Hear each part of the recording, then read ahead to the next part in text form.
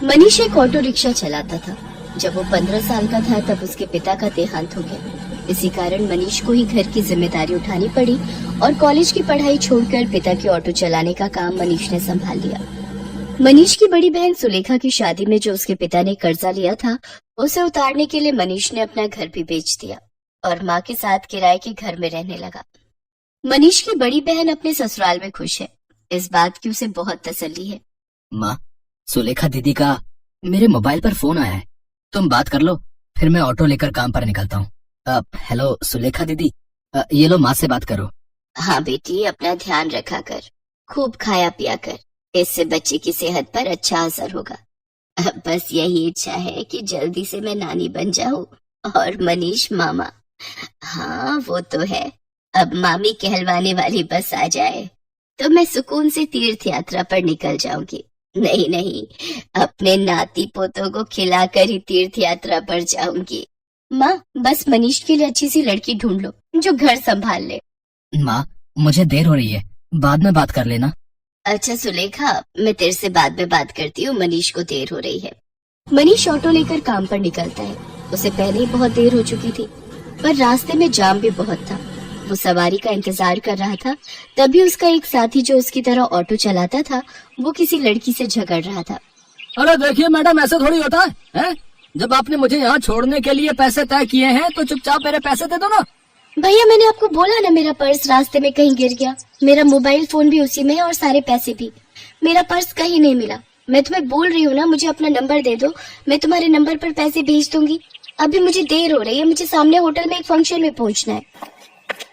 अब क्या हुआ निरंजन, लड़ क्यों रहे हो सुबह सुबह? अरे देखना यार, सुबह सुबह पहली सवारी मिली और वो भी मुझे पैसे देने के लिए मना कर रही है। इन मैडम का पर्स कहीं खो गया है और मुझसे कह रही है कि पैसे बाद में देंगी। अरे ऐसे थोड़ी होता भाई। कोई बात नहीं निरंजन, कभी कभी किसी की परेशानी को भी समझना चाहिए।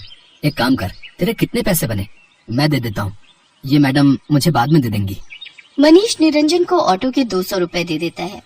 Thank you so much. मेरा नाम अर्चना है, आप मुझे अपना नंबर दे दो, मैं आपके नंबर पर ऑनलाइन पेमेंट भेज दूंगी। बाकी अगर मुझे देर ना होती तो मैं आपको अभी पैसे दे देती। अब कोई बात नहीं मैम, ये लीजिए मेरा नंबर। अर्चना नाम की वो लड़की मनीष का मोबाइल नंबर ले लेती है और अगले दिन मनीष के मोबाइल पर पैसे ट्रांसफर कर देती है। आपके पैसे मैंने अकाउंट में भेज दिए हैं, आप चेक कर लीजिए। और कल के लिए एक बार फिर से थैंक यू, आपने अनजान होकर भी मेरी मदद की। अर्चना और मनीष बात करने लगते हैं। अर्चना को मनीष से बात करना बहुत अच्छा लग रहा था। उसके बाद एक दो बार अर्चना की मुलाकात मार्केट में मनीष से हो ही जाती है। धीरे धीरे दोनों दोस्त बन जाते हैं। मनीष को पता चलता है कि अर्चना एक बहुत ही अमीर खानदान की लड़की है, तो वो उसे समझाता है। अर्चना, तुम बहुत ही अमीर खानदान की लड़की हो, तुम में और मेरे में जमीन आसमान का फर्क है। मैं एक मामूली ऑटो रिक्शा चलाने वाला गरीब लड़का हूँ। तुम्हारा और मेरा यूं दोस्ती रखना ठीक नहीं है, प्लीज तुम मुझसे मत मिलो। तुम ना मिलने की बात कर रहे हो, पर आज तो मैं तुम्हें अपने प्यार का इजहार करने आई थी। मैं तुम्हें बहुत पसंद करती हूँ मनीष, मैं अपनी आगे आने वाली पूरी लाइफ तुम्हारे साथ मिलकर जीना चाहती हूँ। कहते कहते अर्चना फूट फूट कर रोने लगती है और मनीष उसे गले लगा लेता है। अर्चना अपने मम्मी पापा से इस बारे में बात करती है और जबरदस्ती मनीष से शादी करने के लिए मना लेती है। इधर मनीष भी अपनी माँ और बहन से इस बारे में बात करता है और एक शुभ मुहूर्त में दोनों की शादी हो जाती है। अर्चना का स्वभाव बहुत अच्छा था। उसे इस बात से कोई फर्क नहीं पड़ता था कि उसकी ससुराल गरीब है, ना ही उसने कभी इस बात की कोई शिकायत की। अर्चना, अब तुम मेरे साथ शादी करके खुश तो हो ना? हाँ मनीष, मैंने तुम्हें दिल से प्यार किया है। मैं तुम्हारे साथ बहुत खुश हूँ। माँ जी, सुलेखा दीदी सब मुझे कितना प्यार करते हैं। मुझे तो महसूस ही नहीं हुआ कि मैं अपना घर छोड़कर आई हूँ। तभी अर्चना की सास भी आ जाती है। जीती रहो बहू, हम बहुत भाग्यशाली हैं कि इस घर को तुम्हारे जैसी बहू मिली। अर्चना भाभी, ये देखो, मैं आपके लिए नई साड़ी लाई हूँ, आज आप शाम को कीर्तन में यही पहनना। सुलेखा दीदी, ये साड़ी तो बहुत सुंदर है, ठीक है, पर एक शर्त पर, आज आप मुझे खुद तैयार करोगे, प्रॉमिस?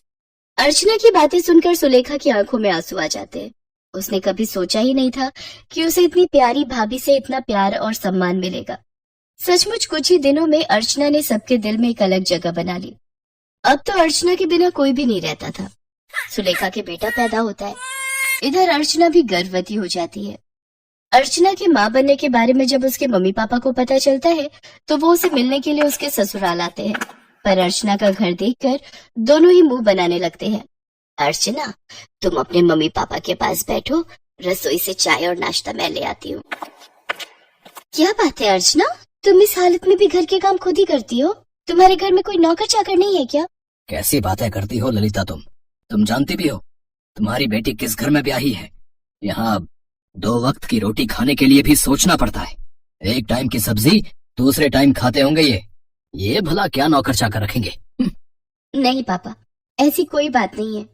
माँ जी और मनीष ने तो मुझे कई बार कहा है कि मैं घर में कोई काम वाली रख लूं, पर पूरा दिन मैं घर पर होती हूँ, मेरा भी मन नहीं लगता, और फिर मैं तो कुछ भी नहीं करती, सारा काम माँ जी ही करती है, मुझे उठने ही नहीं देती। ये लीजिए चाय। अर्चना, तुम्हें ये समोसे बहुत पसंद है ना? मैं ये भी हलवाई से खरीद लाई हूँ, अपने मम्मी पापा को भी दो। नहीं, मैं ऑयली फूड कम खाती हूँ। और अर्चना, तुम भी ये सब मत खाया करो, तुम्हें इस टाइम में जूस फ्रूट्स ये सब लेना चाहिए। बहन जी, आप तो समझदार हैं, ये समोसे वगैरह ये सब बहुत नुकसानदायक है। मम्मी, आप मेरी टेंशन मत लो, माँ जी मेरा पूरा ख्याल रखती है।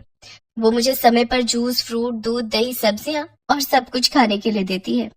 तभी अर्चना की ननद सुलेखा भी आ जाती है। अर्चना भाभी, मैंने डॉक्टर से अपॉइंटमेंट ले लिया है, कल सुबह 11 बजे आपको मेरे साथ चलना है, तो आपका चेकअप हो जाएगा और बाकी जो इंजेक्शन वगैरह।